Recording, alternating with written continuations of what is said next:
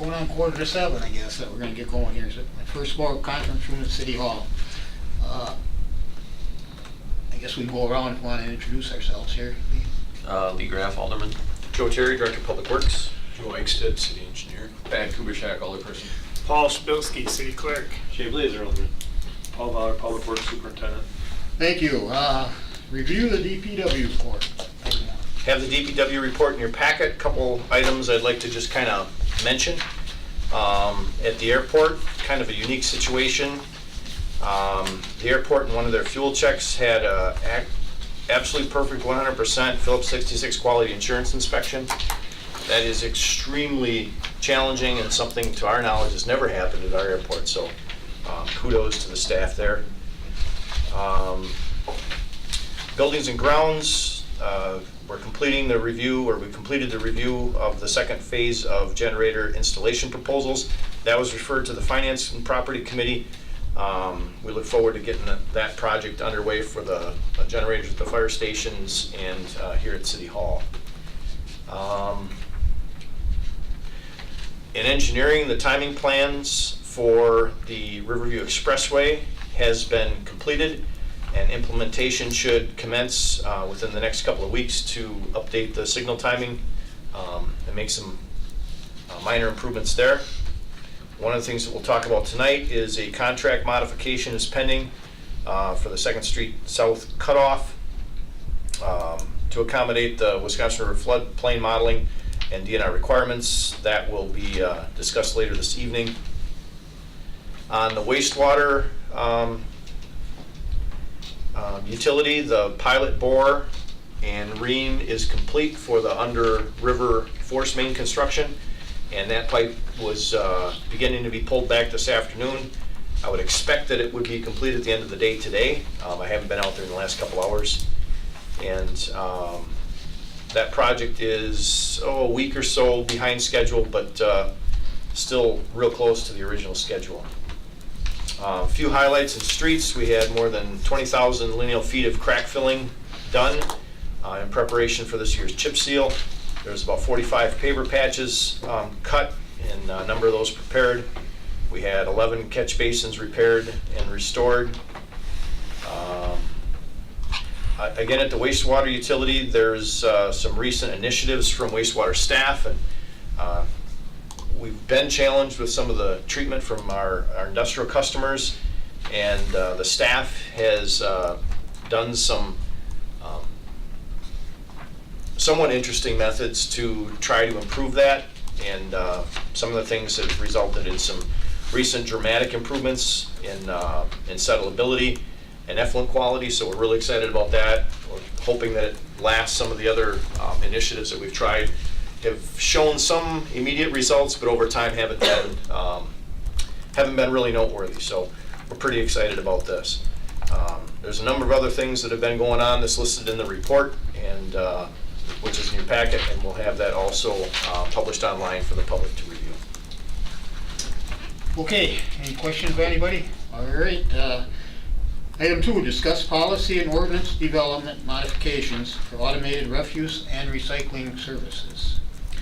So I have a few, I guess, it's up to the committee how we do this, but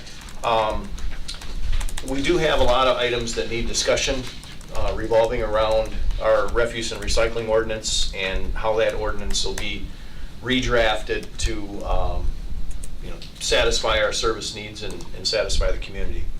And so I have a number of items listed here, and I'm hoping that the committee would consider running through these, and the low-hanging fruit, the things that we could have easy consensus on right away, try to identify those and set those off to the side so that staff can work then over the next several weeks on some of the ordinance language pertaining to those things, and then spend some more time on some of the more challenging items or items that we need more information or some more significant discussion on, so we can focus on those and try to get those done and back to this committee, hopefully for conclusion in September, if that's all right. So I have a number of things that's in your packet in this PW2, some goals I think that are worth noting is, for this month, review service objectives. The garbage and recycling ordinance is a collective ordinance for both services. So reviewing service objectives, there have been some, your referral, Lee, and that'll get covered along with this. We want to order our refuse trucks, our garbage trucks for 2019 delivery. The lead time on those is a long time. And with the, I don't think it's a scare tactic, but from a number of the vendors, we've been concerned about some of the price increases because of the cost of metals and in some cases limited supply. So we'd like to get those spec'd and ordered in August for 2019 delivery. In September, I'd like to complete the service objective review, the things that we're talking about today, and work on ordinance language. In October, we'd like to send notice to all property owners, including cart options, if any, rules, expectations, just to start informing the community about the program. Complete some of our ordinance revisions and get them to the Public Works Committee and to the Common Council for approval. We'd like to have the carts ordered in November for 2019 delivery. Mid-February of next year, we'd like to get notice to all property owners about cart delivery rules, expectations, that type. Deliver the carts in mid-March of next year, and then implement transition to automated refuse collection in May. The first discussion item that I had here was changing the routes from 10 routes to 8 routes. Paul's been working on that and feels that we can improve our efficiency and fairly dramatically change the way we collect as far as the way the routes are set up, and having the 2 trucks work as a team on a single route on a 10-hour day versus an 8-hour day. We feel this would be more of an internal work policy, but there will be a significant change for the general public, and we thought the proper time to deal with that would be when we're already changing things up, rather than try to implement that and then have to do public awareness again when we do the carts. The other big question is the proper size container to offer for garbage pickup. We do 96-gallon carts for recycling right now, and we do have an option for a 48 if somebody wants a smaller one, doesn't need the 96. When we did that, the other municipalities that we consulted with and got advice from had suggested don't offer options. It complicates things. There can be hard feelings just with expectations. If somebody moves out, now they need to, there's administrative costs getting things switched out and all that. Just do one cart.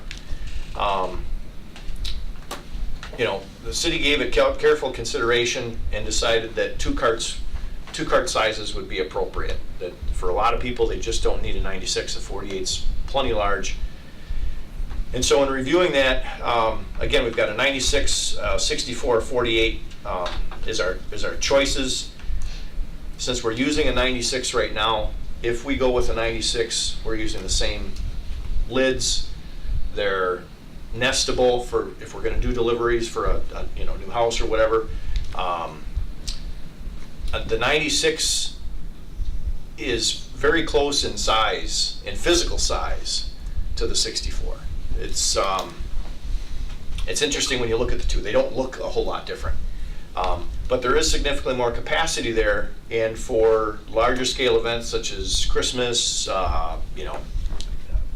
birthday parties, whatever at the house, having that extra capacity is useful. Versus, especially with garbage, recycling, you could store it and wait 2 weeks, but garbage you usually can't. And that a 96-gallon container, if people are generally right now using 33s, a lot of times they'll have two 33s, a single 96 will take up less floor space.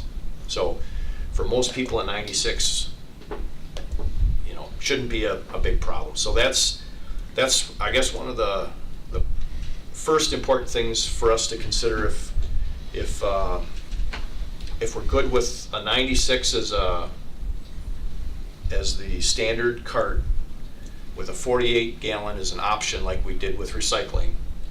Again, then a number of the parts will interchange. The carts will be physically different. One will be green, the other we're looking at kind of a, what is the color?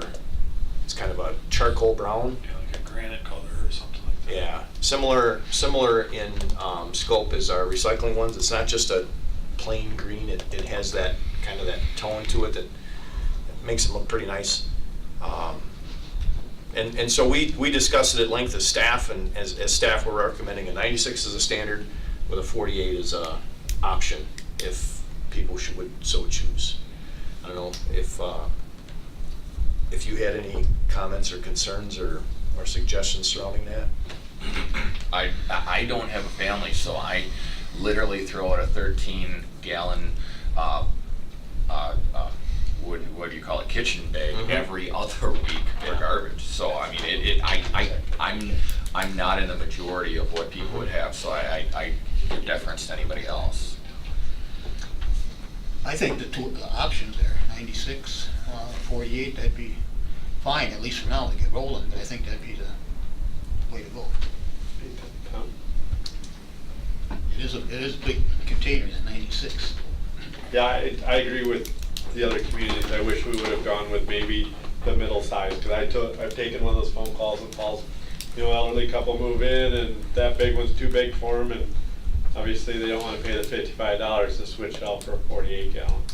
And driving around Point all the time, you see one size. It's one size for each. I think it would have less complicated things, but being that we've already have those two sizes, it doesn't make sense to switch them at this point.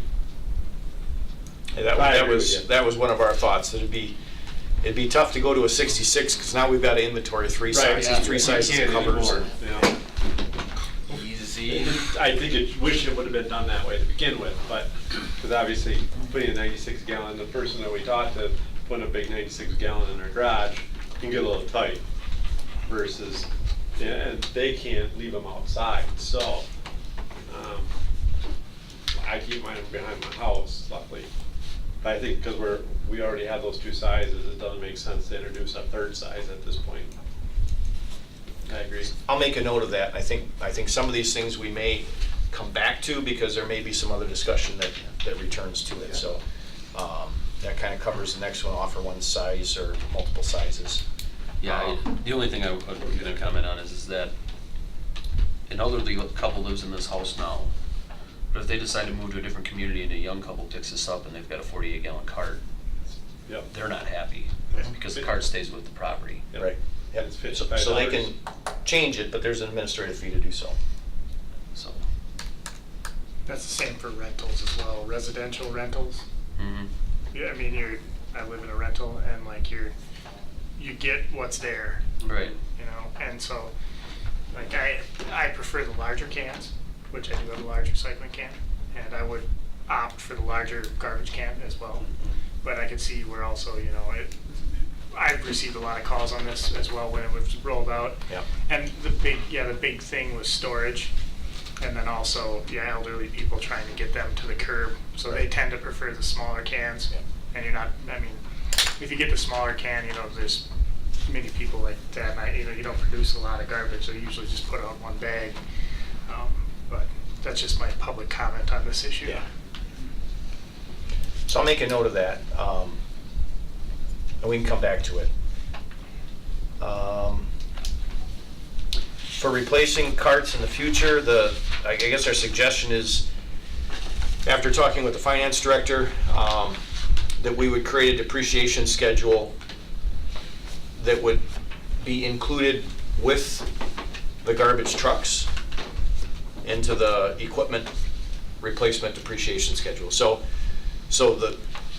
when the trucks are replaced or charged out to the Public Works Department for collection, there'll be an additional amount so that when it's time to replace the carts, there'll be funds available to do so. That was his recommendation, and I think that's fine.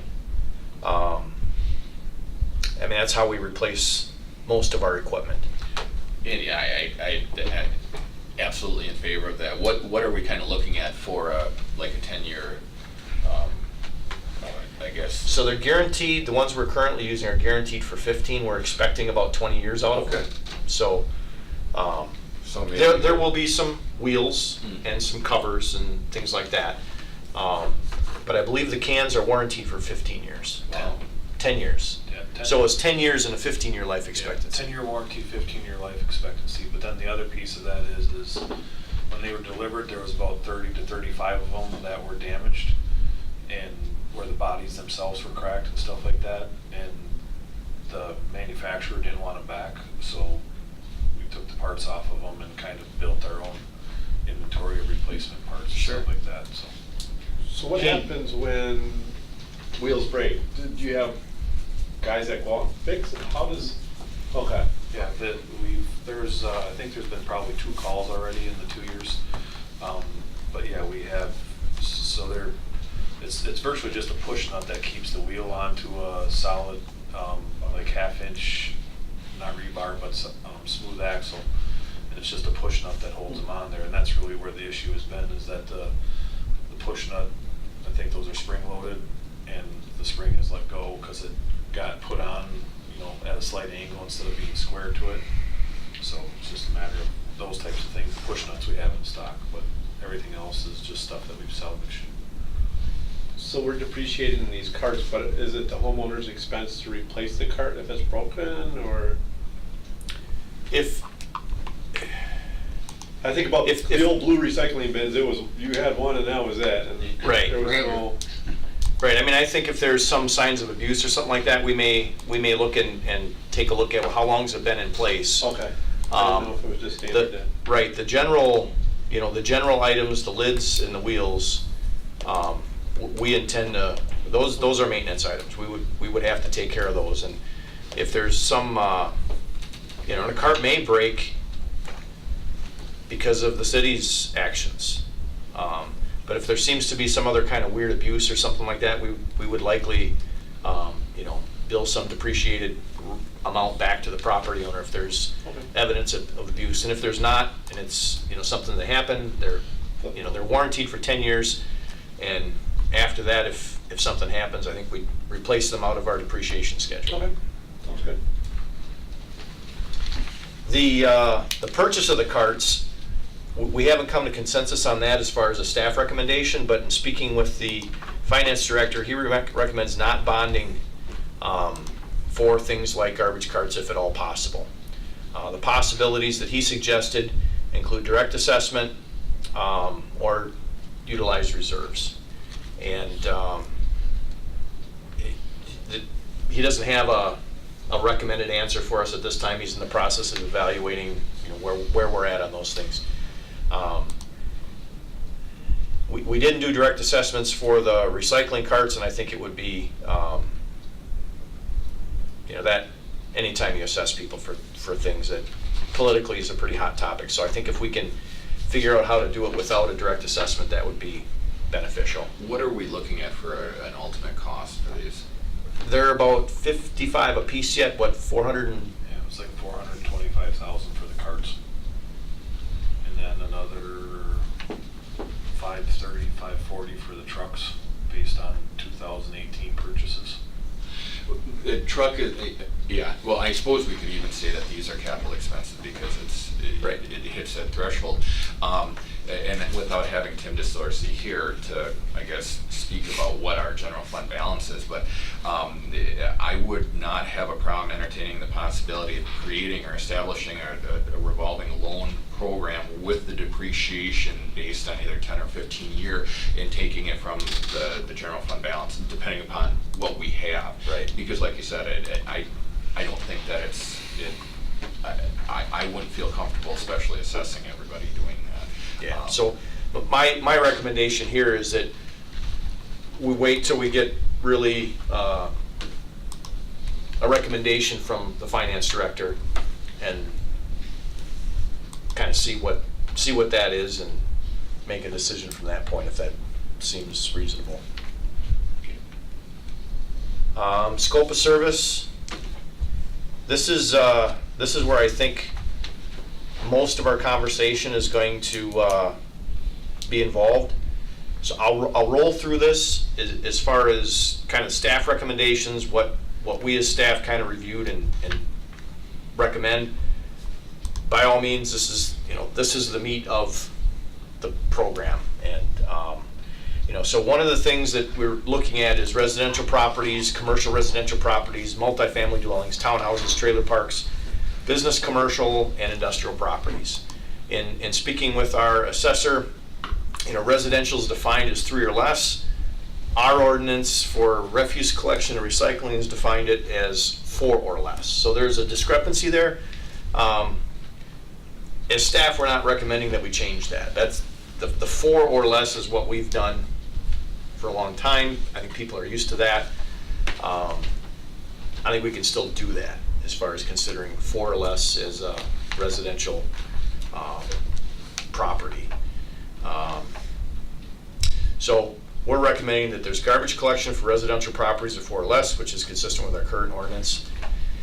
There's been a lot of discussion among staff and some of our elected officials surrounding fairness. Is it fair to have 3 or 4 carts for a certain property and 1 for another, when at the end of the day, their assessments or their property taxes are very close to the same? And so we took a look at what some other communities have been doing and came up with a recommendation that 1 cart would be supplied for all residential, single family, duplex, and apartments up to 4 dwellings. That additional carts up to a 4 total could be requested, with property owners billed appropriate fees representing collection and tipping. That way it'd be consistent. Everybody's getting the same service, and if you want more service, if I've got a big family and I have a lot of waste because I throw a bunch of stuff out, if I wanted a second cart, I'd be paying the tipping fees, I'd be paying the administration for that, but I still get the same service as everybody else. The concern that we've heard on duplexes is a lot of duplexes really don't feel that they need 2 recycling carts or 2 large garbage things. And so, as we talked about it, we thought, well, if we supplied 1 cart, if they wanted more, it'd be fee-based, and we could recoup some of those tipping fees and collection costs. But with 1 cart for everybody, it's pretty even. With the exception of mobile home parks that we currently do, we'd recommend that all carts have to be placed on an accessible location in the street right away. We just don't want to be taking these big trucks onto private property. I actually don't care for sending them into mobile home parks, but we've talked about that, and if we want to continue that service, I guess I get to that. Townhouses and apartment complexes and other commercial facilities, we recommend to contract privately for garbage and recycling services. Many of them are going to be best served with a dumpster and with a cart type collection system. Our trucks won't be equipped to provide that kind of service. So if the city's going to provide that service, we'd likely contract it. I don't think it would be as efficient because you've got administration now. If there's a collection that's missed, it's outside the city's control per se, and if we're going to be contracting with the same company they would be contracting with otherwise. And for those types of facilities, the amount of material collected can vary dramatically. So it's hard to say that you're providing a fairly consistent level of service for those, but that's staff's recommendation. For trailer parks, if we're going to continue to serve mobile home parks, recommendation is to serve them similarly as we are for recycling, and that's 1 cart per 5 mobile homes. Park owners could request more carts, up to 1 per mobile home, and then when we bill appropriately for fees representing collection and tipping for each of those additional carts. The other issue is accessing private property and using private roads for refuse collection. And And the recommendation there is to require that the park owner must submit a written request and permission for the city to enter their private driveway and property and hold the city harmless for any damage to their driveway or property if we're gonna do that. We don't back up to people's garages and collect their stuff. I don't think it'd be good policy for us, and right now we're driving in these parks. I don't think it's a good idea to start with, but if we're going to do it, I think it should be recognized that it's at their request and the city's held harmless for any, pavement damage or anything like that. I also would recommend that it would be up to the Public Works Superintendent to decide if access is possible and reasonable. If there's an area where, the nature of the situation is such that we can't safely get the equipment in and out of there, that we authorize that person to make that decision. I think typically it would be at the time that the facility is constructed or modified or whatever, but maybe if there were some extreme weather events and, a ridiculous amount of snow or something, maybe that would be a situation. We recommend that commercial properties contract for both garbage and recycling services, that if we provide one, we provide both. And if we don't provide one, we don't provide either. But to have an option for commercial properties, that if they are able to utilize one garbage and one recycling cart, that they could contract through the city for those services. And if they could place it along the right of way, the city could collect then. If it's cheaper for them to do that than contract privately, we could certainly do that. And then industrial properties would be serviced by their own private contract as they are now. I think, Lee, that this is probably appropriate to include some of the concerns that you've had with, the townhouses and some of these other, commercial type properties, how we would or wouldn't serve those, and that referral that you had made probably falls under this area. So if you look at trailer parks, so we're willing to default one card for every 5 trailers. What, we're doing that based on the fact that people own the trailers? But in a townhouse setting, we're not willing to do it at all, but yet they own their townhouse.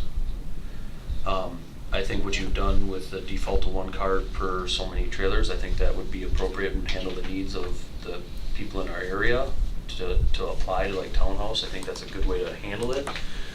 And then if they needed additional, then they could. Same way. Same way. Right now, the current language reads that they have to, privately get their garbage or recycling picked up. And I think the problem there is because, they pay taxes, they own it. It's not a commercial building in the sense that it originally was, but the language got changed. So I think that's the concern there, is that when it was originally built, it was. Sure. And then they paid an attorney to change the language, so it read condominiums or townhouses type language, and that they are individually assessed homes. So to me, to have the language with the trailer parks be separate than townhouses, but they're both paying taxes, and that's why you did it for the trailers, I'm assuming.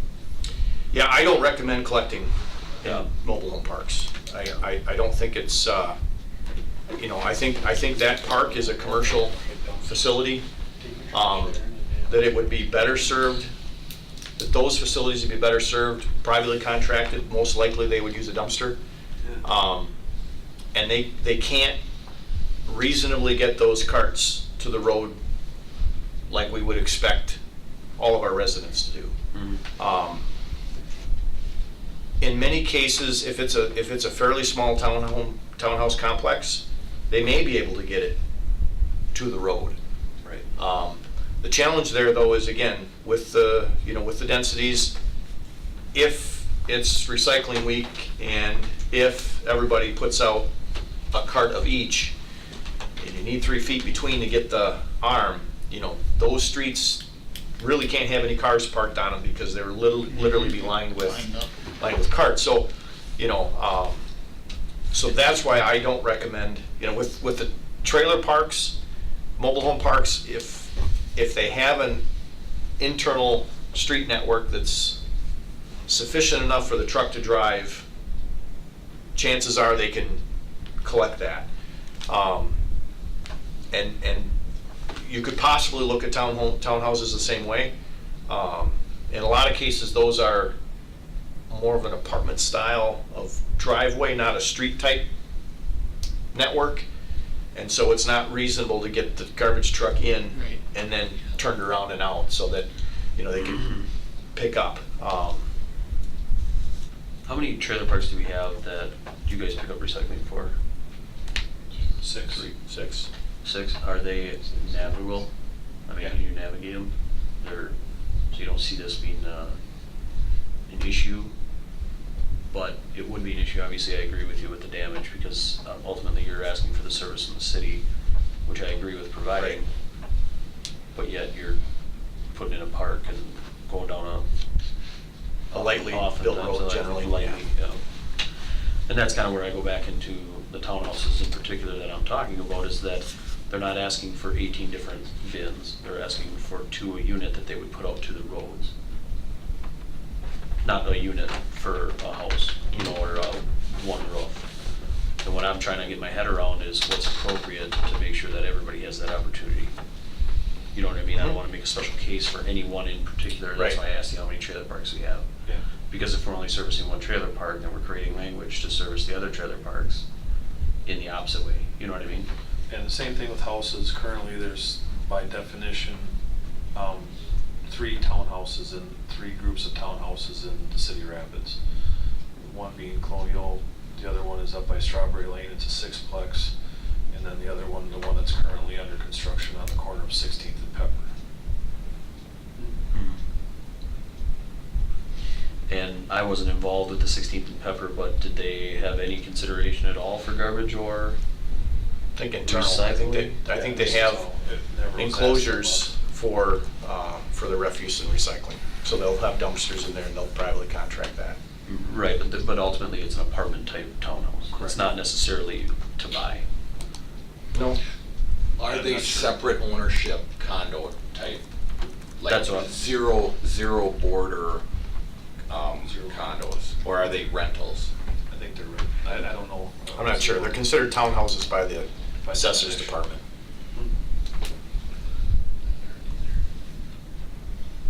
And that's kind of what I was looking at, is if they're all rental properties, even in a townhouse setting, that would be more of a commercial. It would be zoned commercial. Mm-mm. No, it'll be zoned residential, just like a, What is it? And I Be zoned apologize because I R3 or don't know, R4, that's what I'm whatever, wondering, yeah. if it's what. yeah. And if it's set up as a townhouse, we'd have to check with Adam and our assessors department, so I'm speculating. But at some point in time, they could decide, well, we'll market these for sale as 0 lot lines and keep these as rentals, or I might buy them and rent them myself, or, I don't know what the particular language is for that particular complex.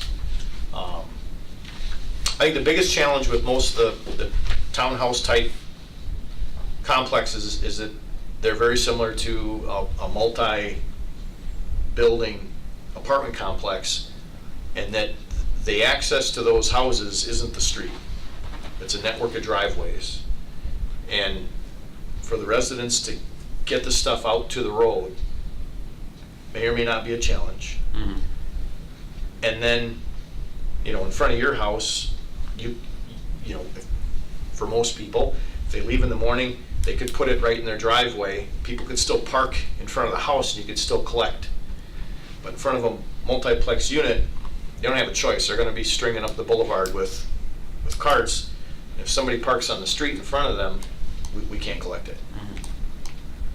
So that's the challenge, and I think, it deserves careful consideration. Well, and that's it, is that we kind of like the scales of justice. We got to look at providing services to our residents who are in fact paying property taxes, but we also got to look at efficiency of it, because if it gets to the point where it's inefficient, even if it is effective, but it's inefficient to actually collect garbage, then we shouldn't be in the business of doing it at all, And as a side note, one of our objectives is when we get some consensus on how we anticipate setting up the ordinance, we will be getting a proposal or a few proposals from private contractors to provide the same level of service, so that we can make a direct comparison before we've actually purchased the equipment, hopefully. So, so that we can demonstrate value. We did that for recycling. It was substantially cheaper for the city to do its own collection. Just real quick, you kind of brought up that there's one, sometimes for the recycling, there's one container for a duplex. Who in the duplex gets to choose who puts it out every time? Because you really gotta have a couple people living next door to each other that communicated. So I could see that kind of sharing one would be a challenge in and of itself. And they wouldn't have to. I guess we've seen a lot of duplexes where the recycling carts haven't left their original location, and there's 2 of them there. And again, as we looked at these facilities, felt that if the city were to provide 1 cart, 1 collection service, if the duplex owner felt that, we need 2, they could do that. And they could shut that service off as well. I think it'd be an annual subscription, so to speak, where you make the request and you pay the fee for the calendar year, whatever. That if they needed to, they'd be able to do 2. And if it was a 3 or 4 plex, they could do 4. If they needed 4, they could do, they'd be provided 1, but then for additional, Well, and then we go back into the same thing, then we have a 4-plex and we got 4 cans lined up, and then you run into the parking issues, same thing with the townhouses. Right, they'd be provided 1, they'd, request the additional 3 if they wanted 4. But again, once you get to that size, most of the time you're gonna find in municipal or in communities, they're gonna have a community dumpster. And they'll put their stuff in there, the refuse company will come in and pick that up. What does the current language read, 3 or less? It is 4 or less. So the reason I had 3 is that 3 is considered residential, 4 is considered commercial from the assessor's point of view, but our ordinance currently says 4 or less. And so there's a little conflict there, Right. but as long as it's defined, we're okay. Some municipalities go by the same consistent language as the assessor's office, where residential is up to and including 3. Ours currently doesn't do that. Yeah, and that's tough, because if you think about a quadplex type arrangements, which I have a ton of them down my house, we're gonna go take away their recycling can. Yep, right. So we open the door, because that's kind of the issue, is we have townhouses that might have 6 in a row, but what's the difference between 6 or 4? 2.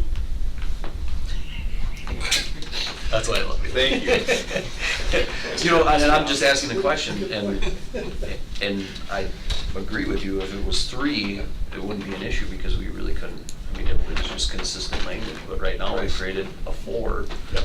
So now the difference between 4 and 6 is 2, but the point is we're making exceptions for the 4, but not for the 2, and it's the same type of housing. And Well, not that's- even saying that most of the time a 4-plex is usually set up as a rental, where townhouses are actually set up as fully assessed, tax-paying community members. Well, and that's where we have had some 4-plexes choose to take care of it themselves, because it's such a pain to move 4 cans out to the curb. They wanted to have a dumpster there for their tenants to put it in there, and Advanced or Countrywide or Waste Management come in with their dumpster and do that.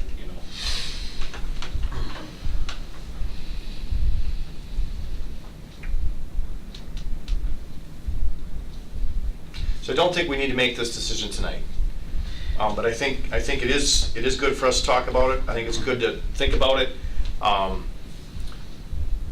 If you're okay with it, what I think would be beneficial is if we move on, because we do have a number of other items to cover, but leave this one as a discussion item that we'll continue to talk about. Obviously, we have to clarify this in Right, order to, yeah. this is the meat of the ordinance right here.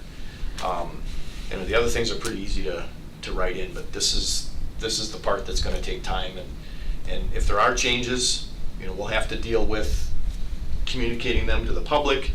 You know, if there's changes to mobile home parks, changes to townhouses or apartments, make sure that those property owners know well in advance. Likely they're gonna come and visit us and have something to say about it. And if there's time tonight, we could come back to it, if everyone's okay, if we. See what time it is. Okay. Would it be wise to have a public hearing once we get kind of most of this stuff hashed out, just so that For input? property owners, or input, or just the ability for people to say, well, you didn't contact me. Yeah, actually, we did. You know, we did ask for public comment on the recycling program, and we got a lot of public comment. We put together a summary. You know, we had a number of people that, like a whole neighborhood would get together and do a form letter, and everybody would send the same thing in. But we documented all that. We could do something similar. If that wasn't a hassle, I would, and I said this in the past, I would like to see as much advocacy as possible, especially with what we learned from the rollout of the recycling program. And yeah, because the more we're able to get the word out, I think that the more receptive Sure. the program will be. So. The next, I'm sorry. No, and I'm just questioning, is that possible to do prior to next Public Works meeting? Probably, yeah, maybe 2 months, or within a 2 month span, we might be able to do that. Well, and that's why, looking at your timeline, I didn't want to run us past our timeline to work this out, but my question is, ultimately, the people in my area need, want, and other people, with fourplexes might want to have their opinions heard, if vice versa, and like I said, in trailer parks and that kind of stuff, people that maybe see issues, but maybe have better ideas, I don't know. I think at the end of the day, if the city's committed to the program, there are certain things that we have to hit some timelines on, ordering the trucks, ordering the carts, things like that. So if, even for the purpose of making those private-public comparisons, we could set a standard hypothetically and get proposals to see how it would work out.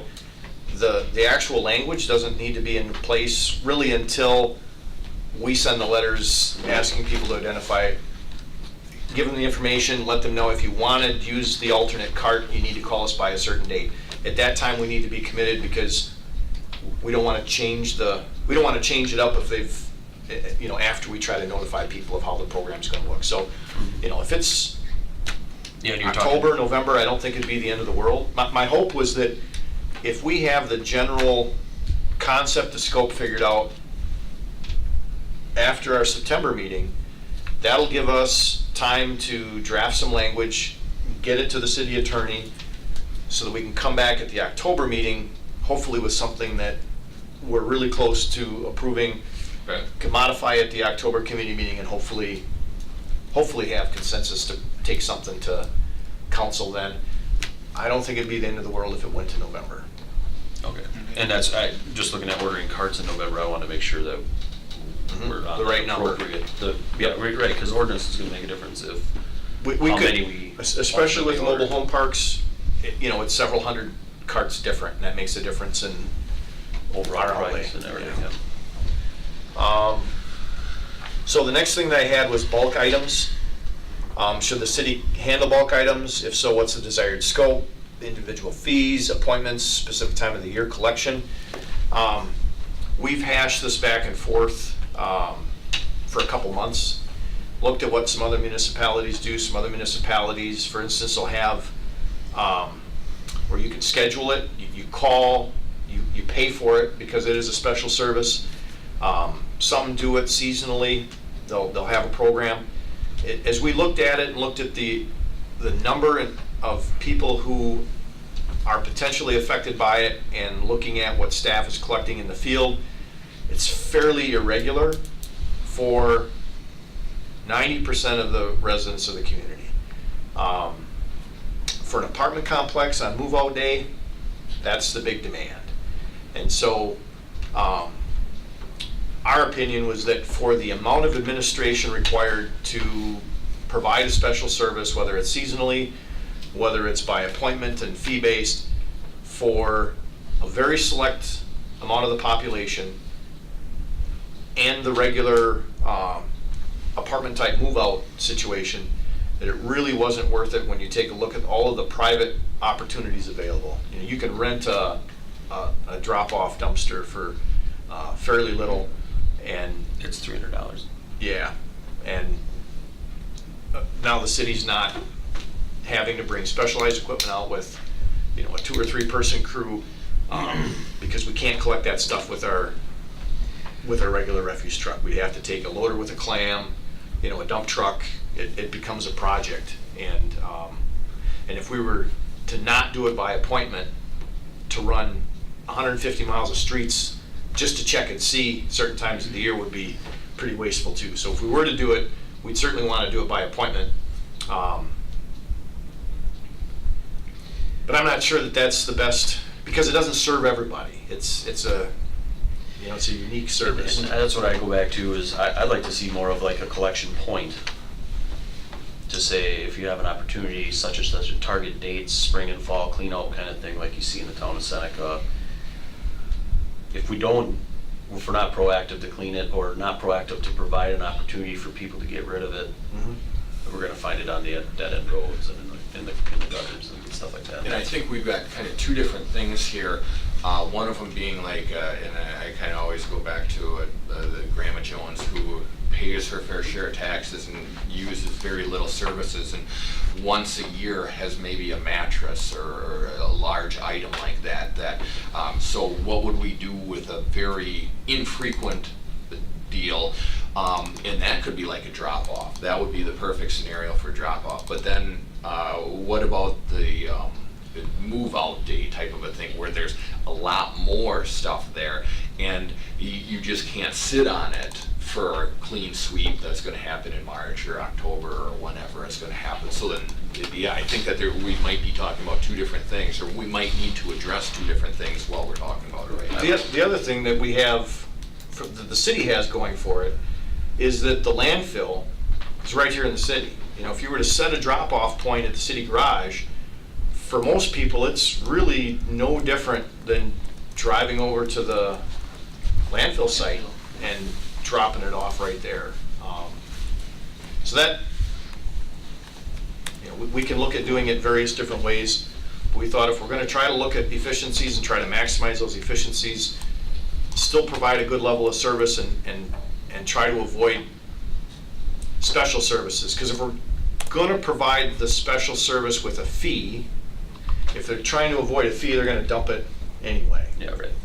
If we're going to provide the special service for free, we're probably going to have a 2 or 3 man crew and some equipment that's going to have to run however frequently we want to, you know, do a larger unit type collection. Do you guys have any dumpsters? Nothing? No, currently on our construction projects, if we have metal or something like that, we work with the 2 metal recyclers in town to drop us off roll-offs.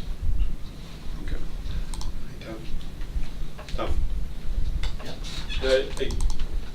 Thinking about it, if we're gonna charge residents $55 to exchange a canister, and if there's gonna be a special trip or a bulk, there needs to be a fee base to that also.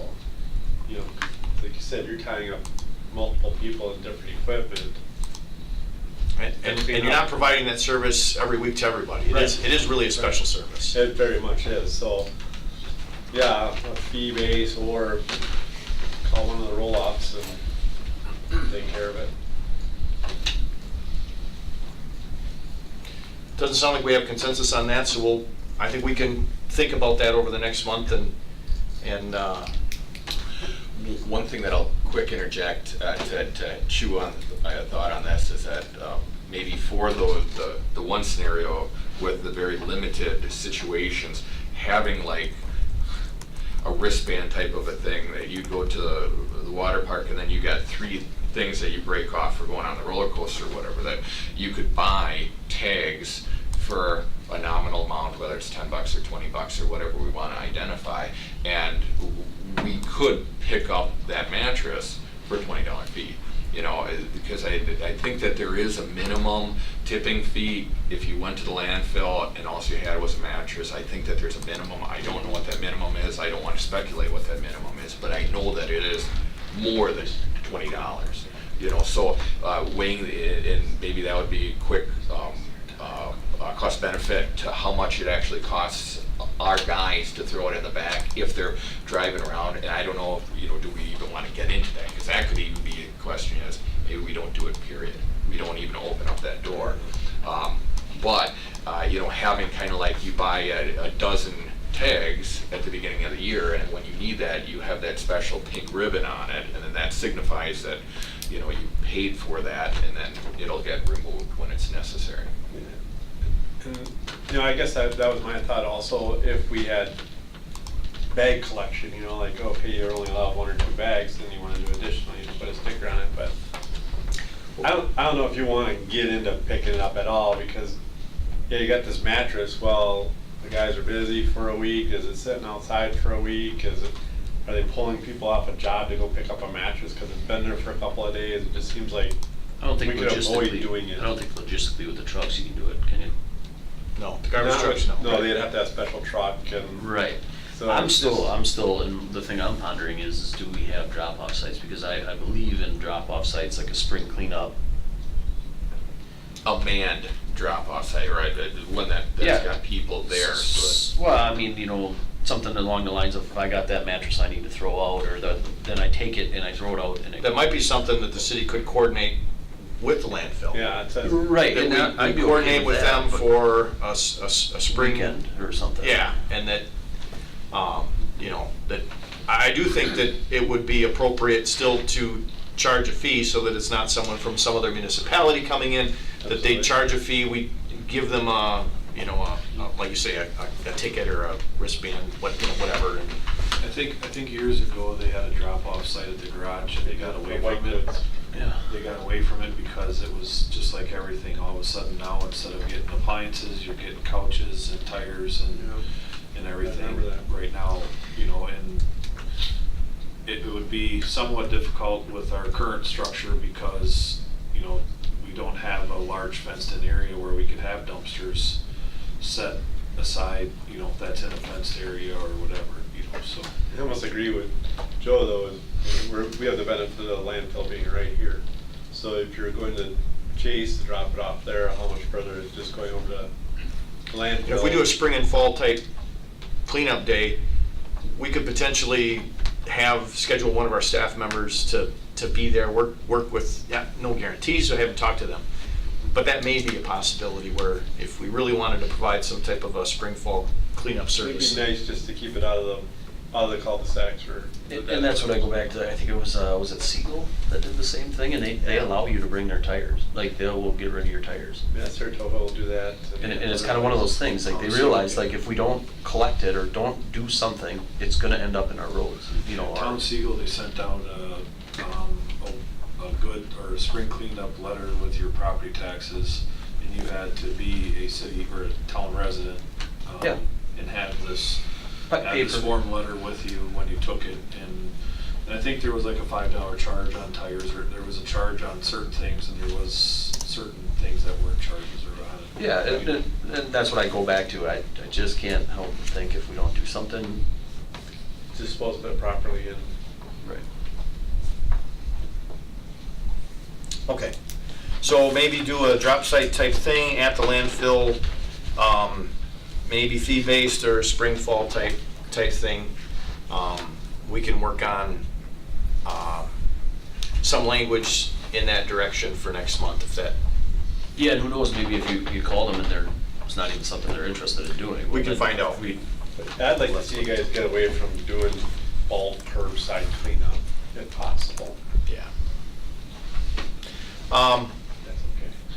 For non-compliance or additional fees, one of the things that we talked about was, you had mentioned about, you know, extra bags, things like that. There may be an event where, you know, every once in a while, I've got a big family, I get close to filling my garbage can, but Christmas or a big event, I just don't have room for it. Do we want to provide a special service, a fee-based service for that? And What some communities do is they'll do a pre-schedule for $10. You called it in, you scheduled it, you could have up to 3 extra bags out. The $10 covers then the extra time for because the operator will dump the cart, take the 3 bags, throw it in the cart, dump the cart a second time. So it covers the additional costs and likely covers the extra tipping. Along with that, my goal in providing a service is that we're keeping the community nice and neat. And one of the challenges with that is, how do you enforce the rules without penalizing the rest of the neighborhood? You can not collect something, but now everybody's got to look at it. We leave that pile of move-out trash out there because we're not collecting that stuff. Everybody that drives by there now has got to look at it and think the community looks like a dump. And so our suggestion is that if garbage is collected improperly, you know what? We're going to pick it up. And if it's in the ordinance, we will bill them for it as a service fee. And if it happens regularly, it's also a citable offense where they could be charged with a citation in addition to the collection costs. Set minimum service fees that seem reasonable for, like if it's bags, for example, you could call and have up to 3 collected for 10. But we've scheduled it, we know where those are going to be, it's all planned out. If someone's just throwing the stuff out, we could sit down and figure out, we figured that a reasonable service fee for something like that might be right around $55. Larger scale stuff, probably a lot more. And then that way we're still going to be able to keep the community nice and tidy, charge the fees if they're appropriate to charge. If they're not going to pay them, it gets thrown on the tax bill as a special fee. Kind of like you do with mowing people's grass. Mowing grass, shoveling walks, and if it's something that's habitual, we can still address it as a citable offense. Yeah, that would fall under the nuisance if it's a repeated. Yeah. If that seems reasonable, we can start working on that language to include it. We obviously change it if. And realistically too, the callbacks, because I understand that some people do forget and whatever else, but if it becomes a problem where they're not bringing the container to the curb and you got warned a couple times, now if there's another callback, you're gonna get feed for that. You're gonna get Right, an appropriate fee for the extra time. Mm-hmm. How is it easier for you guys to administer? Do you guys, with our new computer system, is it something that you would scan or punch in a house number, add it to their taxes? I mean, how is that for you guys? Yeah, so what we would do is come up with just an internal process for that. With the new software that's currently underway, I'm not sure exactly how that would work. I'm confident that it would work. And if it doesn't, we would just set up an invoice system like we do now for charging residents for any number of miscellaneous things. If they're purchasing aggregate or whatever, we already have a billing system. So I'm not too worried about that. Internally, we'll be able to handle that. I don't think it's. I think it's appropriate to have something set up that where we are getting it, but I mean, like myself, I would look at it as, if I can just put my 3 extra bags right there and you're gonna dump it for $10 and I'll take care, like that takes care of it. Mm-hmm. I mean, I think it's appropriate. I would not say that $10 is out of the realm of, I mean, I understand there's extra costs, there's extra time. Yeah, and so I think it's appropriate. anytime that we would do a Fair. service fee, we have to be able to justify that the fee's appropriate, which is different than a citation. If we're going to charge a service fee for shoveling sidewalks, we have to be able to demonstrate that that fee's appropriate. Now, we can't just pick a number and say, well, we want it to be $120 because we want it to be a deterrent. If we want it to be a deterrent, we need to have ordinance language in there so that the ordinance is the deterrent and we go through the ordinance process. Any type of fee we have to evaluate and be able to demonstrate that, and our administrative costs aren't involved there. If we predict that there may be fees that we have challenges collecting and we have to put them on the tax roll, we can sit down and work out an appropriate administrative fee for all those types of activities and be able to substantiate it. But we do have to charge reasonable fees, and you know, again, knee-jerk reactions at $10 for up to 3 bags would be a reasonable fee when it's scheduled. And who knows, maybe out of those 3 bags, you could save $10 by pulling all the recyclables out and putting it in the free recycling can. You know, Right. it might be a case where we're actually Yeah. saving the environment in the process. You know. Yeah. And that's the thing is, I understand the idea of pre-scheduling. I just don't know if I feel it's appropriate to pre-schedule. Or have the time, someone forgetting in Right. the morning, and maybe could we create an app for that, or look at if there's any apps? And then Sure. you can- Well, that's what I was wondering, you know, if you drive by, you scan my bin number, it's associated with my, and if you have to fill up another one to dump it twice, then charge me $10, I'll take the $10 hit. Because I know, you know what I mean, to have it pre-scheduled, I don't know if it, By pre-scheduling it though, we do want to have it as a program where, hey, we collect what's in the bin. We don't want anything overflowing the bin, we don't want anything outside the bin. If we're going to be efficient and get through town in the time we need to, I understand that, yeah. and so if we're going to do it and charge a lesser rate, we'd like to schedule it. So that number one, the operators know we've got 10 pickups that are going to require extra work, and we know where they are. And that we can do app-based. And I can understand that because you wouldn't want to, especially changing your 10-hour days or looking to change the schedule of the days. I mean, if a guy's getting into a longer day and he doesn't get halfway through his route because he's doing all these extra services that aren't, I mean, I can understand that. They're special. We can revisit that, I think we're close there.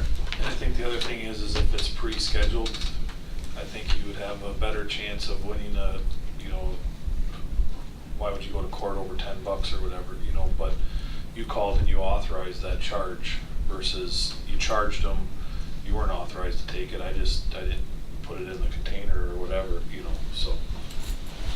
Oh, that's a good point. A leaf collection program. Right now, we're collecting leaves with our rear loaders. Staff is recommending one of the two. We either end the leaf collection program entirely, or that we require residents to put leaves in a paper-style craft bag and schedule for collection, and then we do a spring and fall cleanup that way.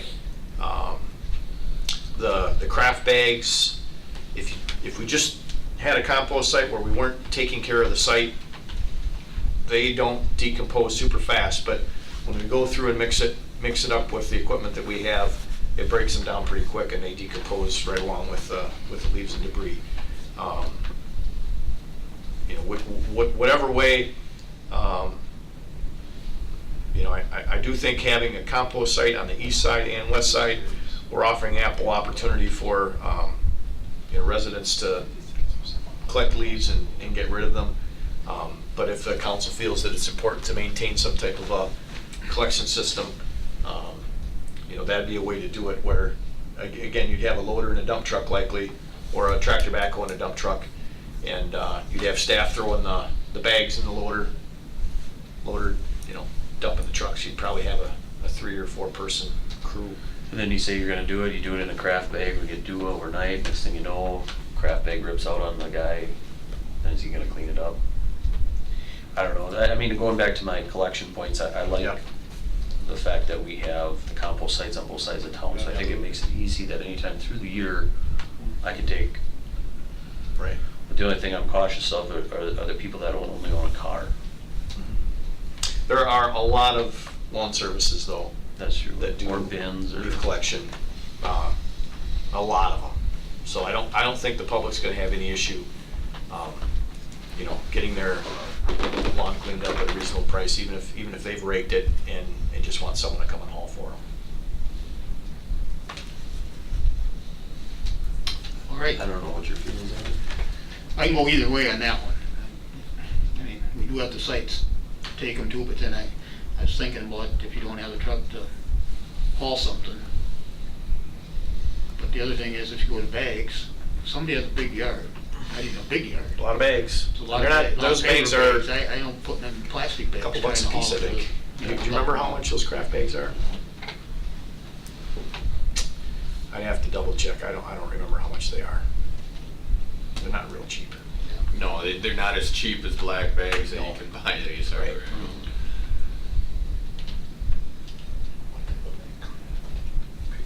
they?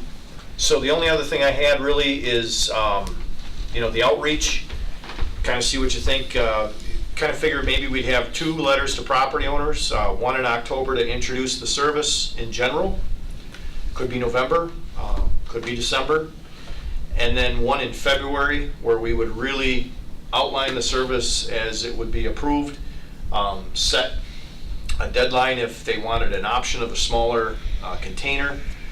That would also, if we wanted to leave time for comment, if we were able to do this in October or even November, we could receive public comment for that month and then bring those comments back to committee for, just for review and discussion. The city website, I think we could do city Facebook a couple of times. And then I think likely 3 press releases, 2 the same time as the letters, and 1 the week before service is implemented. I think that would get the word out adequately. A lot of people are expecting the service at some time. They've been asking for it. So I think in general the public's going to be pleased to hear that the city's going this direction. One of the things that I like to hear that we're going to be doing a lot of advocacy with this. How about other stakeholders, like you said, with the mobile home park owners, Right. or even forgive me, the landlords association, is that letting them know, because it not just the people living at the residence, but the people that own it. So we might have a little bit of parity in terms of multiple letters get sent to stakeholders at a particular address, but it's 2 different parties that both of them should know, or be aware of. I think we can do that when we did the recycling, because the owner of the property ultimately is the one that's going to select the size of the can. We focused on property owners.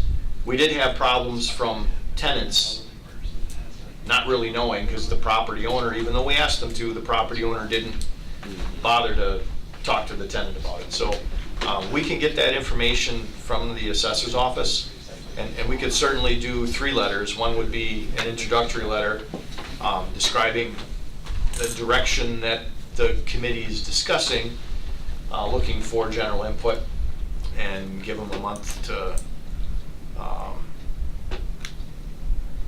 make comment, or we could try to set something up on the website if they wanted to do submit a comment, something like that. It costs, I think, around, what was it, $2,500, $3,000 or something like that to send a letter to everybody. We've used ODC to assist us with that, and it's not it's certainly an expense, but I think it's well worth it. Oh, it's absolutely, it's priceless as far as I'm concerned.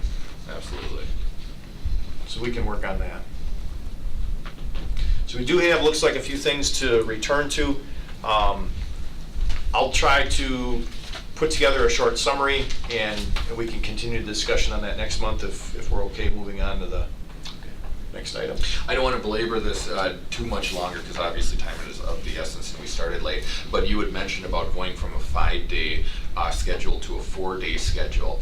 Is that something where we can just take elements from all the Fridays and pair them to the Monday, Tuesday, Wednesday, Thursday, so that there's only 20% of the population that's affected? Or do we have to do Entire a routes. whole scale? Whole scale. And if we do that, the sooner in this, with that advocacy, Yep. the sooner that we can tell people, we don't know what day you're going to be, but you're going to change. So just bear with us as we go through. I think we can put that schedule together sooner than later. Okay. The sooner we know that. So the only reason for that is, and it's just my opinion, like currently on our Friday routes, both of the trucks, when one truck finishes, it goes across Highway 54 and helps them pick up the other truck or whatever, and so my thought is kind of designing the process the same way, is that maybe you do the whole west side on Monday. You know, one would go and start south of town at the Port Edward city limits and start to work the north, and then the other truck would work from the north and work to the way to the south, so that both people were getting done at the same time, because if the one truck gets full, the other truck has 3/4 of the load on, he can continue to help them out, you know, and or if you choose to do a bulk item pickup, then you have those two individuals, or anything, you have two individuals that could work together, you know, to go and complete a different task, or go and pick up the bulk items, or something like that, you know. So the thought is somewhat can happen yet, you know, because you have the Monday on the west side, let's just say, could stay the same, and then Tuesday would now become Monday. Well, then same thing on the east side, you know, you're on a Monday, well, now you're become Tuesday, but you're also south of A Street, so the Tuesday route is still gonna stay Tuesday. You know, and Wednesday is or down around the hospital area and east of A Street or whatever, so they're probably gonna stay the same, and then it's just the Thursday and Fridays that are kinda combined or whatever. You know, the logistics haven't been worked out on that, because they didn't wanna spend a whole lot of time on it if it's not the choice of the committee to go that direction, you know. The other issue is the desire to maintain a regular work week that works with our mechanic staff. Sure. If we have a holiday on a Tuesday's now collected on Wednesday, we're still only working through Friday. We don't have to have a mechanic on call then, in case we break down on Saturday. So we'll be able to, you know, except for Thanksgiving, where it's a Thursday. Or Christmas. Or Christmas, but otherwise we'll be able to have maintenance staff working regular hours, not having to be on call. Well, and I guess what kind of popped into my head too is, now the routes are gonna completely change. Correct. Because you can only make right turn, or you're only gonna be making right turns, you know, because you're picking up on the right side. Whereas with the can grabber, he can go across the street and you're picking up both sides of the street. Yep. So now the routes are Very literally different. gonna change. Very different. Yeah, so. Yes and no. So we found out with the recycling truck that yes, the routes changed, but the efficiencies created by staying in the truck and picking up just on the right side, you know, it's still about the same amount of time, and they're driving the right side of the road and the left side of the road, where before they were driving down the center and getting both sides. Sure. You know, so- Yeah, the efficiency's still there, but navigating might Yep. be able to go down less mileage as you're picking Correct. up. Yeah. Yep. All right, yeah, I'm done with that.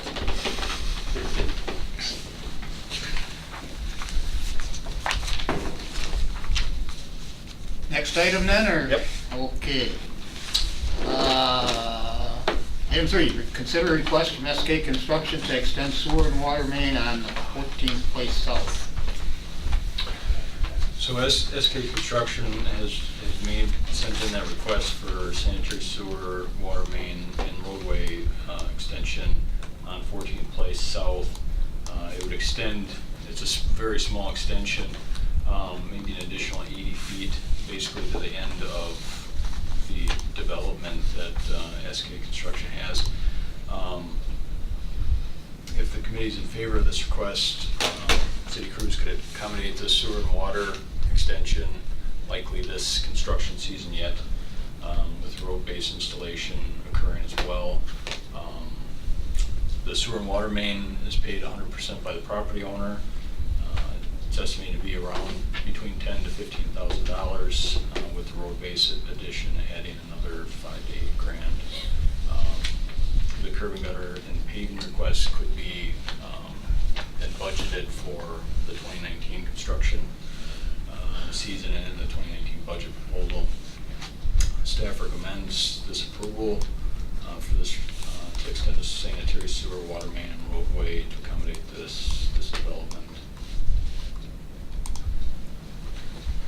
Mr. Chairperson, I guess the only reason why I'm asking why, how come they don't hire Earth or somebody else to do that? Why are they asking the city to do this? And I would imagine because there might be a cost benefit to that. But my question is, are we gonna recoup the cost right away, or is this because they're currently vacant lots, is this gonna be a fee that's gonna be deferred until? based on his request, the specific language that he used, and he expressed it in verbally in conversation as well, that he'd prefer to make the payment upfront. That's- You know, that we get Sure. it installed, we invoice, and he pays the bill.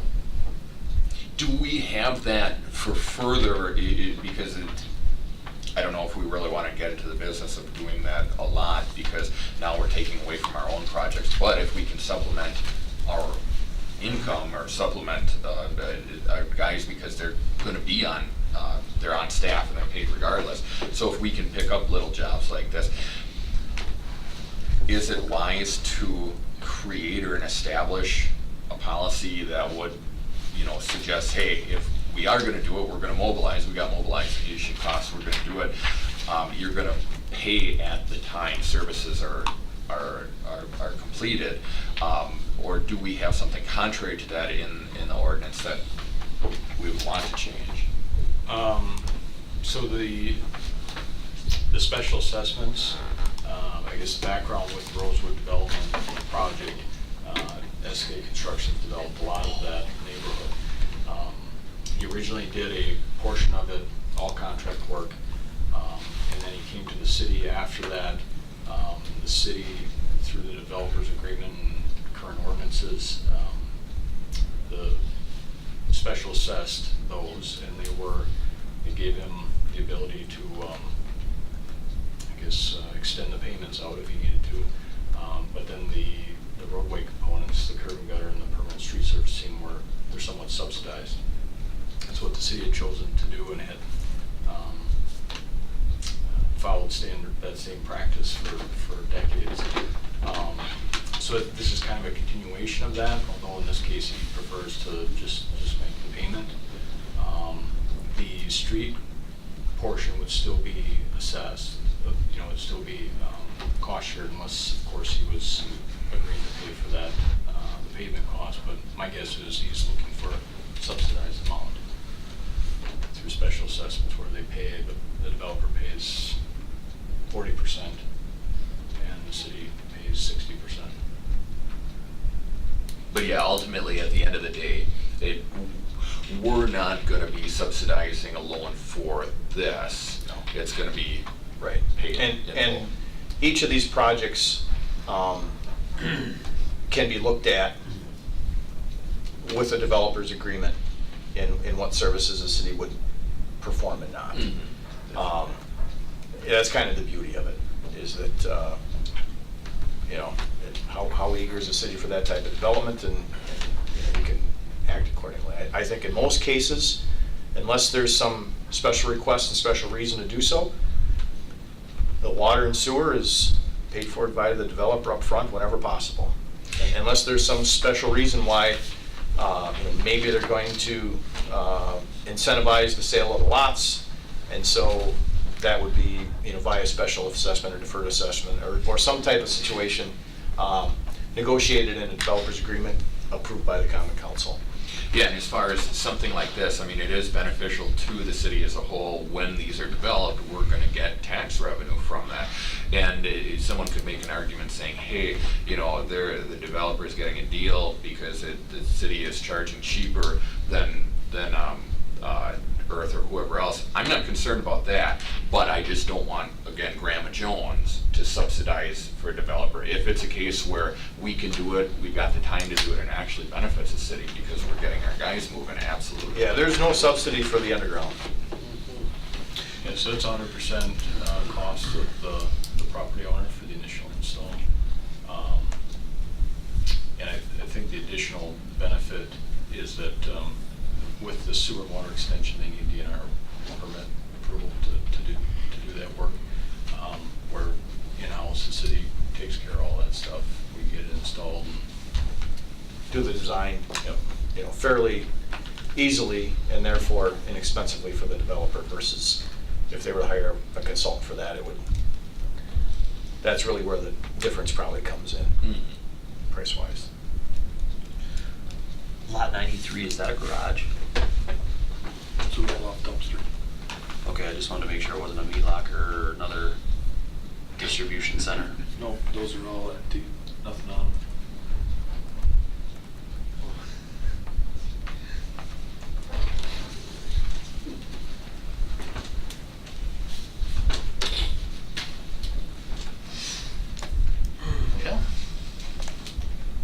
if no one else has any, I guess I'll make the motion to okay this.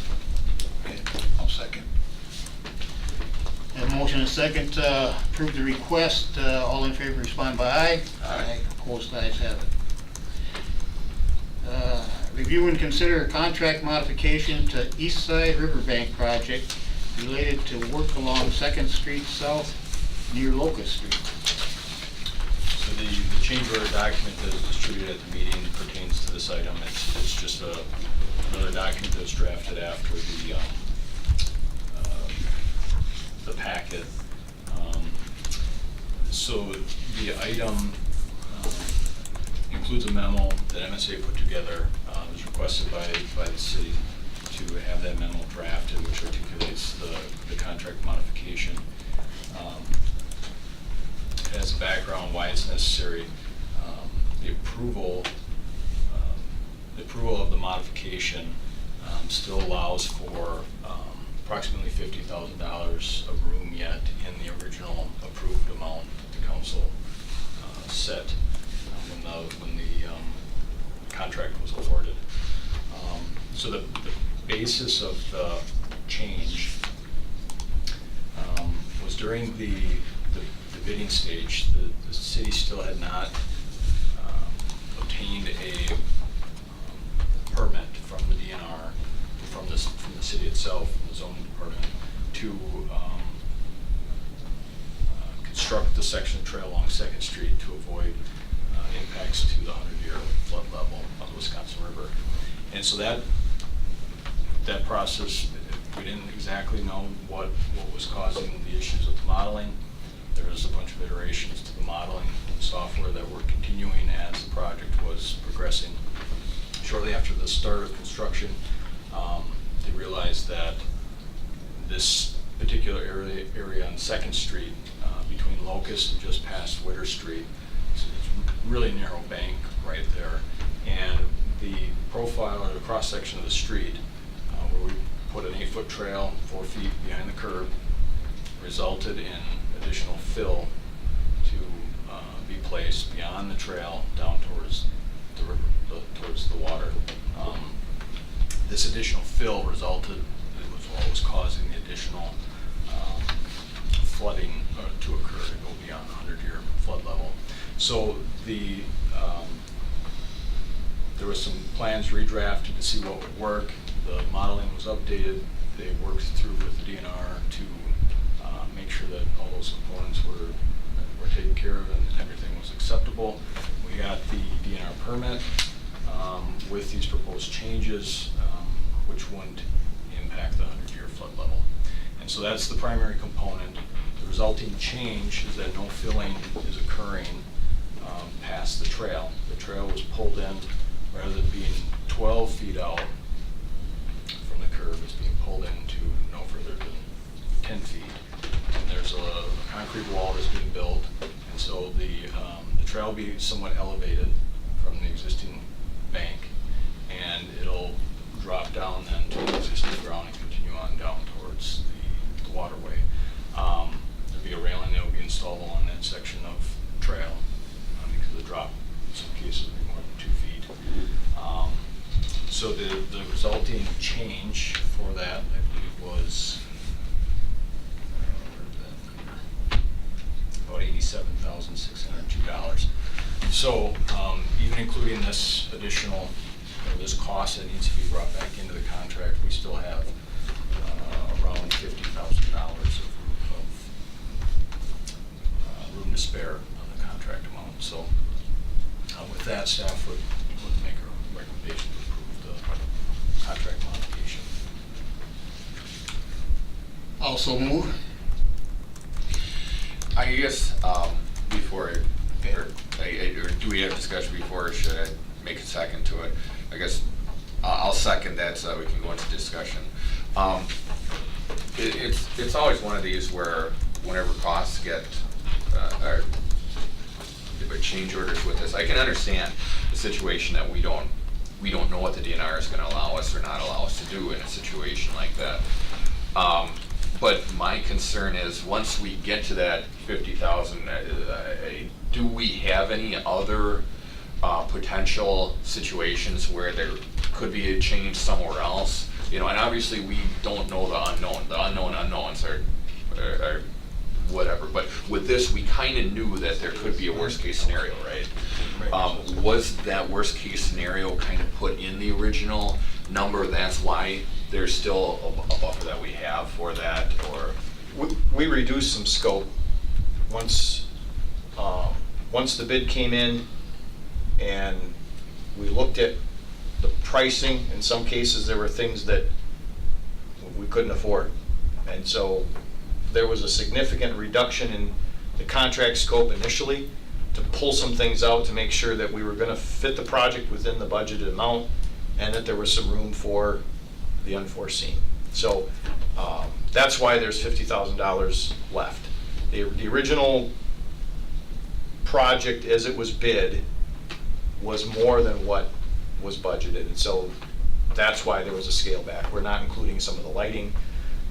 We're not including the bathroom facility. You know, we scaled back a bunch of stuff to make sure that we could still get the meat and potatoes of the project in under budget. So,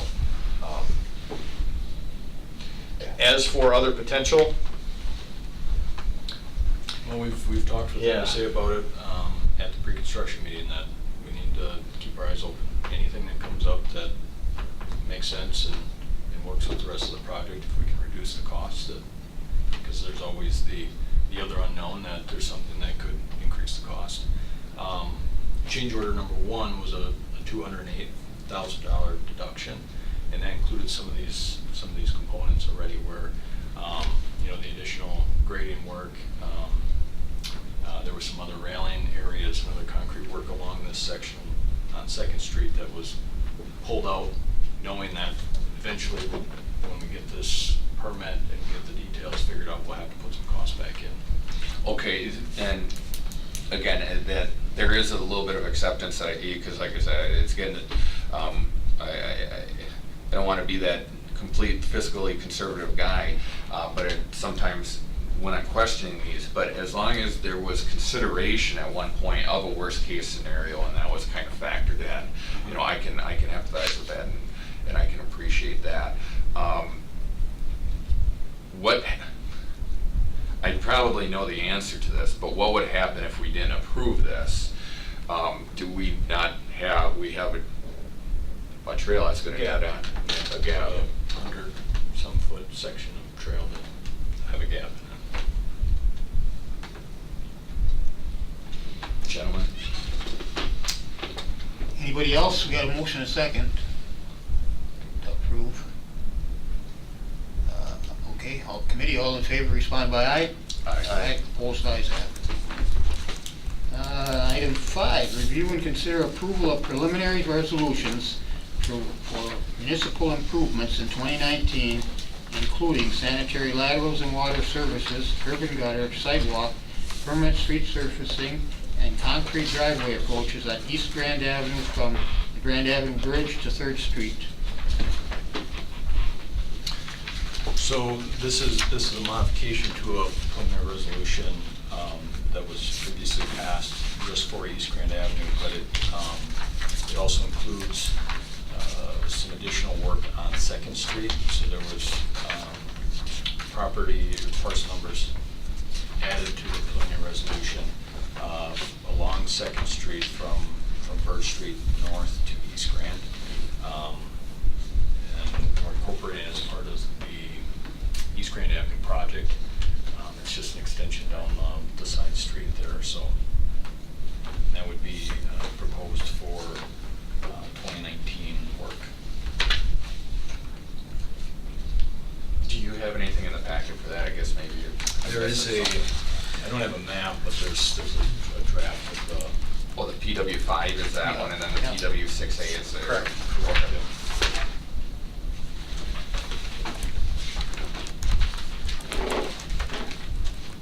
With a preliminary resolution, this is a necessary step, correct? Right, so what the preliminary resolution does is, it allows the staff, it allows me to assign staff to start working on the design work.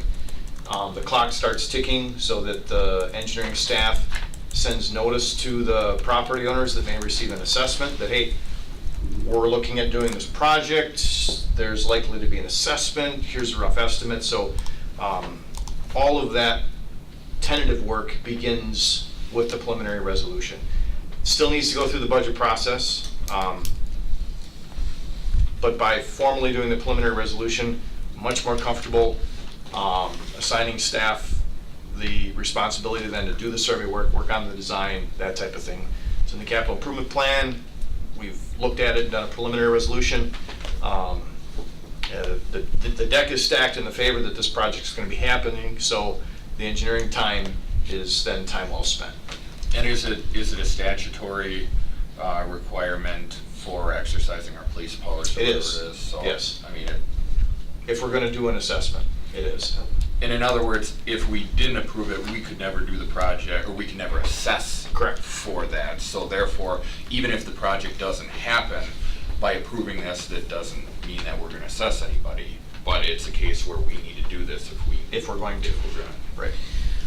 Is this where we run into a year from now and they come back, people come back and say, we never heard it? But this is where they're hearing about it now? Correct. Okay, that's how I figured, but. And that's what I wanted to bring up as well, is at this point, do we send letters from We do. here We do. to each parcel number? The engineering department will put together rough cost estimates, identify to the property owners that there is an intent to perform an assessment, given the rough scope of the project, ballpark figure, final assessment will be established upon completion of the project and when costs are known, that type of thing. So every property owner receives that, and you know, there's time for them then to get involved and ask questions with the design, things like that. Interestingly, it's just a first-class mailing. It isn't a registered mail or certified mail. So that's one of the challenges, is someone says that they didn't get it, unless the city sends it out and certified or registered mail. But how many times in the past have we had concerns with street or sidewalk projects? As far as assessments go. Yeah, as far as, Well, the assessments, yes, but generally, you know, people receive the notices, we have pre-construction, I mean, that when the project is done, it's not likely that they weren't aware that they were going to be assessed. Right. So, And in fact, until the last year or so, the public hearing was held for the assessments prior to the work starting. So they knew prior to the project even beginning that what they were going to see for an assessment. or at least unit cost assessment, because if, like, say, if it's longer or wider. no, that was one of the issues with the problems with the way it was done in the past, is the city could take a bath. If the assessments were,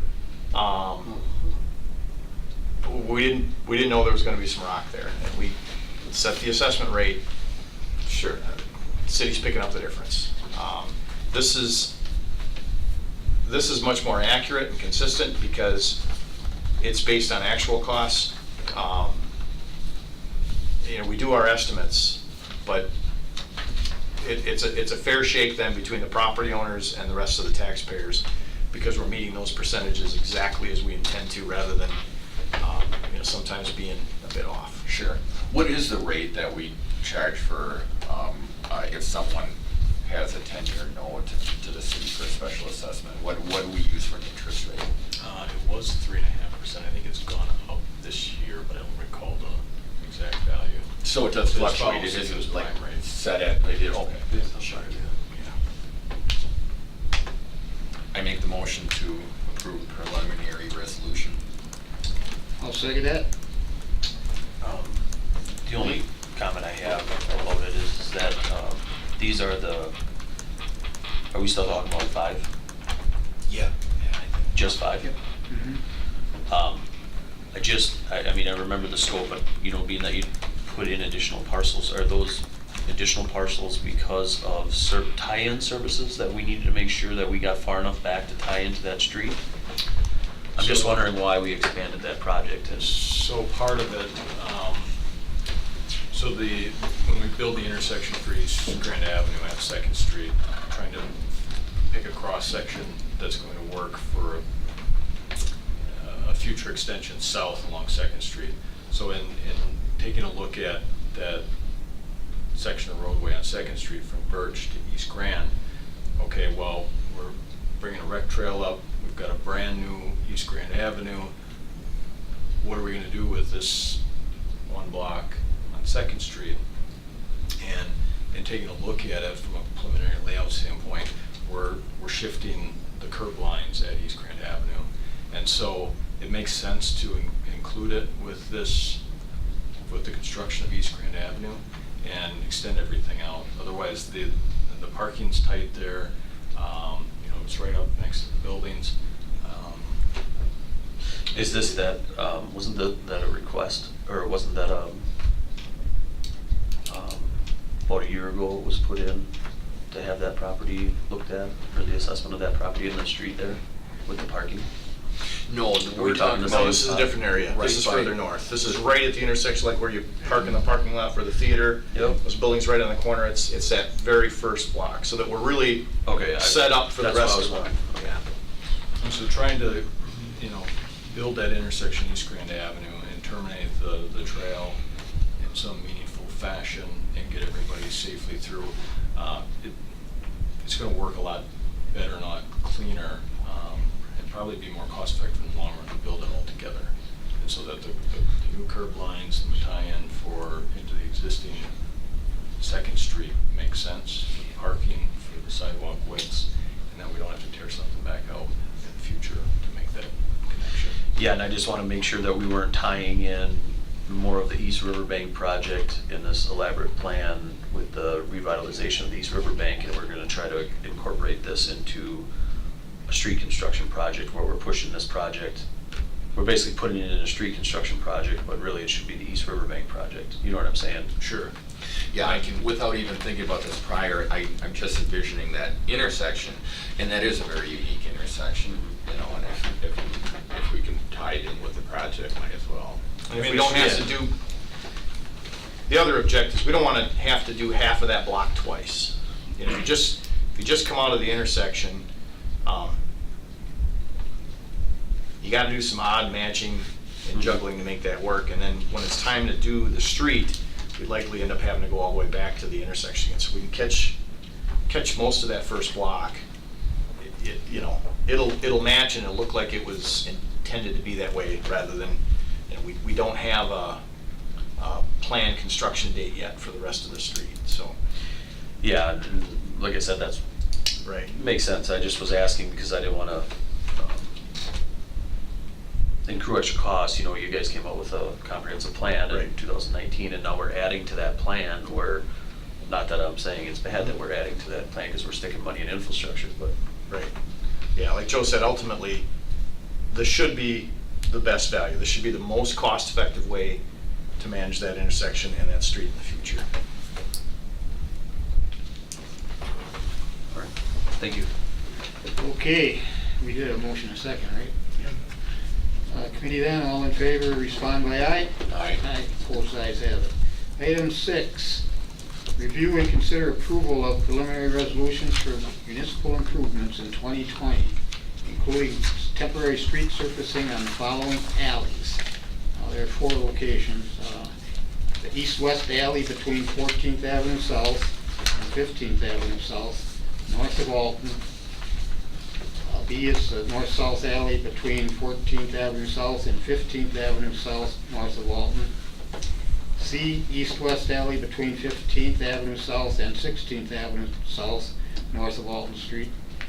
And D, east-west alley between 17th Avenue South and 18th Avenue South, north of Alton Street. Now you have temporary street resurfacing. What does that mean? Is that seal coating? Is that pulverizing and laying 2 inches of asphalt, or what is that then? So the alleys, at least historically, the city's used what's like temporary street surfacing, which is, it's still asphalt, but it's, because of its narrow width, it's calculated as half of what a normal assessment cost would be for like a 36-foot street. So a lot of these alleys are still under half of that amount, you know, they're maybe 10 or 12 foot wide alleys.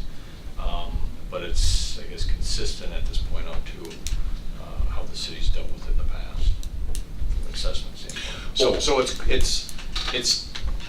it's called temporary so that we use the assessment procedure defined for temporary. I see.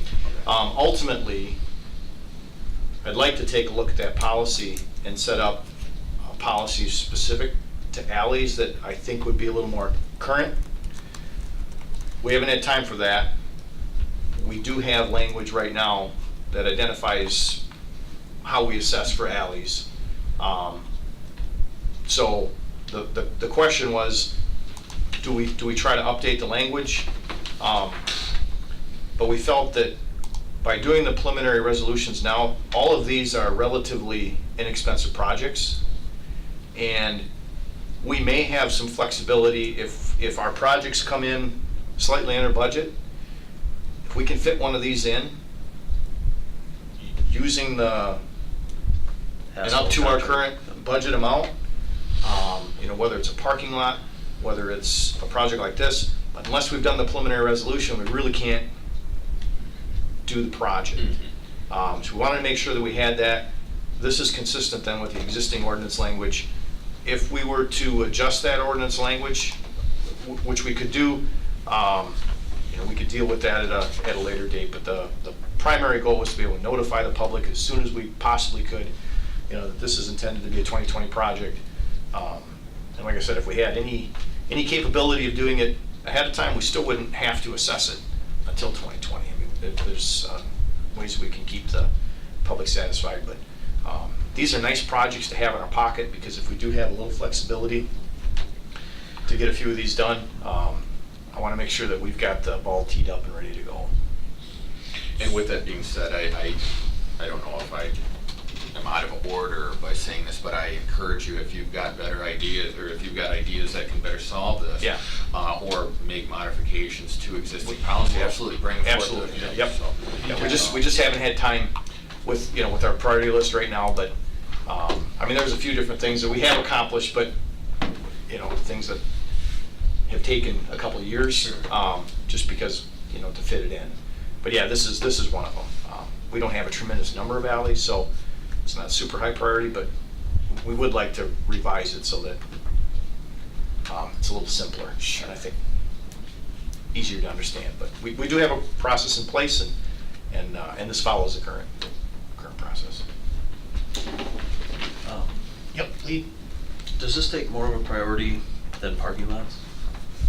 Not necessarily. I mean, these would be, in any project that we would look at doing, you know, we've got the Dixon lots right out front here. There's other parking lots that have a lot of need. Yeah, because Obviously, we're terrible at it, but I'd like to see that we have these projects in our back pockets to Right. say, we've got the budgetary numbers. by having them on the capital improvement plan, by having these that are going to be assessed, ready to go, and the mayor has asked, normally we include contingency in our budget amount for the projects. The mayor's ask was, that's great, except that instead of putting it in with the project, he'd like us to identify other projects that we could potentially scratch off if we needed the contingency for the primary project. So he's asking for us to include the parking lots, to include a few of these other projects that would use contingency if we don't need it, which we haven't done in the past. You know, generally, engineering principles and practice, you include the contingency because in all likelihood, you're gonna need some of it.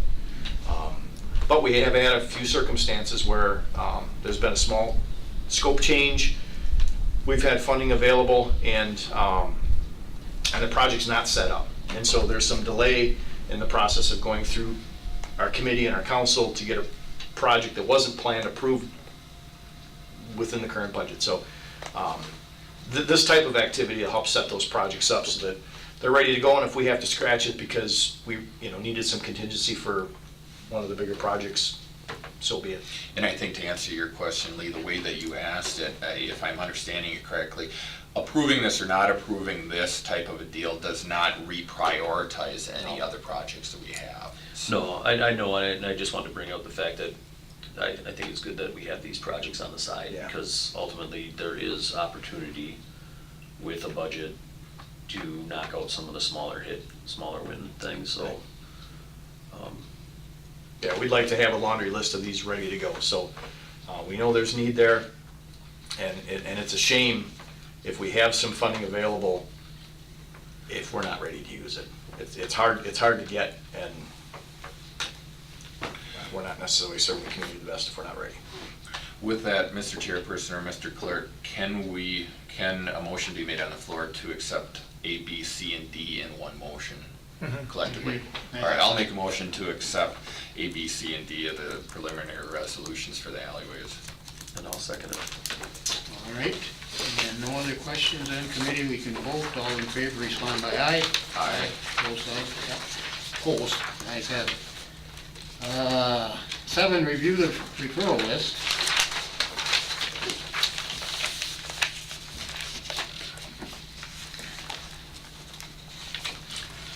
So I think we want to keep 19 on there because we haven't come to any formal decision on that yet.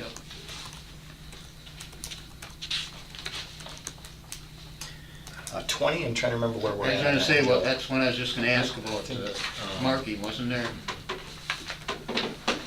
Is this what we approved before? Yeah.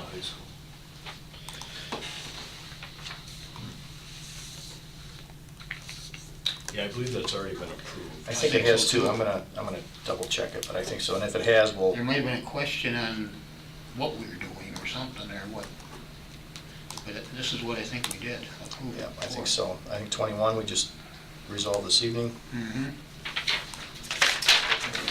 And we'll check on 20. Now 22, we didn't get a chance to, That's right. that change request, we haven't had a chance to address that yet. It's on the docket, Shane. Yep, not a problem, we talked and we're good, I'm good, you understand. Okay, It's not like. we're not putting it off either. We're good, we're good. Are those? Some of those are just long-term. So the future of 8th Street, again, we've talked about and we have in our capital improvement plan. You know, the city's intent would be to do a maintenance project that satisfies the DOT on that. We did include that as a capital project, but because it hasn't been finalized as a project that's gonna happen, we haven't requested to pull it from the list. The flashing yellow left turns, we have included those in a few different areas.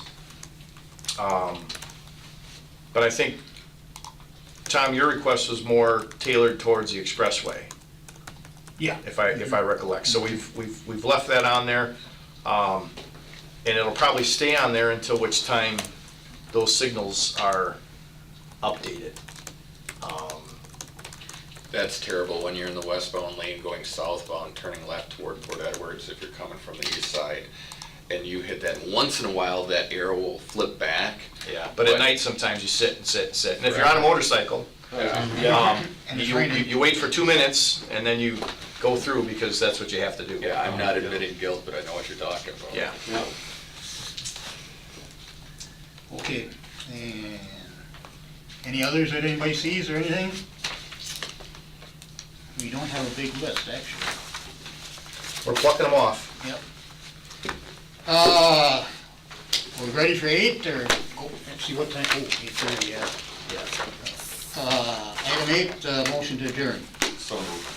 Second. All in favor, respond by aye. Aye. Aye, both sides have it, meeting adjourned at 8:30.